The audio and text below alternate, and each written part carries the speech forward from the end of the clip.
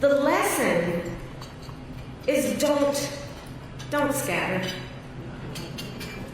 The instinct has to be to immediately find and connect with each other, and to know that the circle will be strong. Congressman Jim Comer from Kentucky, Chair of House Oversight. Congressman, I want you to remember this. Don't scatter. Okay, please don't scatter. Above all else, do not scatter. I'm going to put that on a T-shirt for you. Send it to you. Congressman, what's this all about? I mean, she said she didn't have all the answers. Things were going to get worse before they got better in that speech as she closed out. But we got 3% GDP. We have a real border. Sounds pretty good to me. It is good. And look, there's no guarantee Kamala Harris would have even won that governor's race.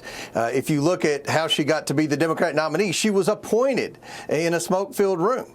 There's no guarantee she ever would have emerged from the primary, even if they had had an abbreviated primary. There's no guarantee she would have even beaten Gavin Newsom or Josh Shapiro or any other leading Democrats. Lastly, I'm glad she's not running, and I hope that she runs for president again, because, look, she's a great candidate for Republicans. I don't think if you listed the top 20 potential candidates for president on the Republican side in 2028, I don't think she could even come close to any of them. So if the Democrats want to officially nominate her once, which I doubt they will, I'm all for it, because I'm confident we'll have another Republican president.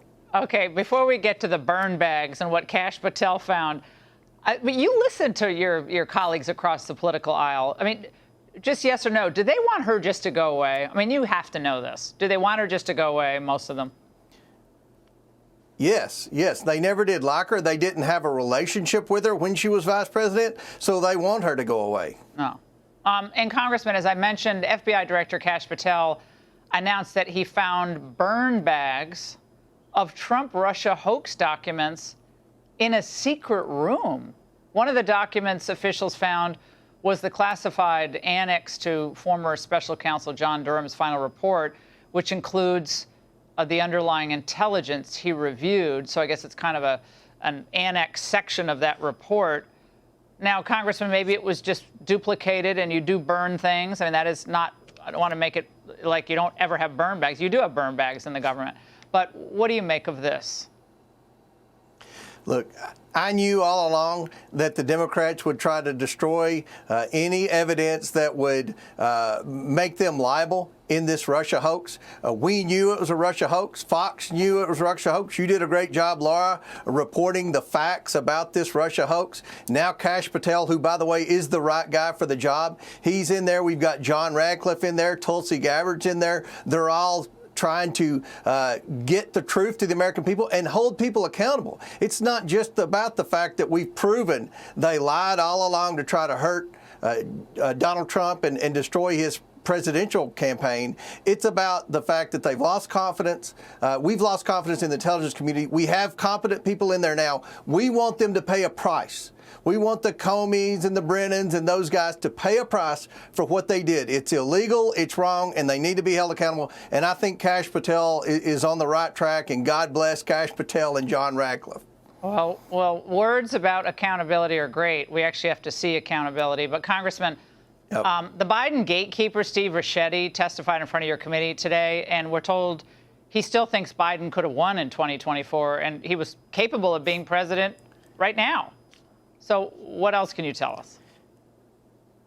Well, he didn't tell us a whole lot of what you wouldn't expect. It appears to me a lot of these Biden lackeys, they're still trying to claim that Joe Biden was in top physical condition when everyone in America saw it in the debate. Everyone in America saw the rapid decline over the last year of his presidency, especially the last 4 months of his presidency. It's almost like they're a cult. You know, the 7 or 8 people that were around Joe Biden is like a cult. But at the end of the day, His testimony wasn't consistent with others who have actually testified. About half the Biden people have pled the fifth. The other half have testified. And all their testimony is inconsistent. So we're going to put the pieces together, and we're going to release all the transcripts, and we're going to issue a report, and hopefully we'll be able to determine whether or not Joe Biden had any idea who was using the auto pen and what they were using it for. Thus far, there's no evidence that emerges that he did know.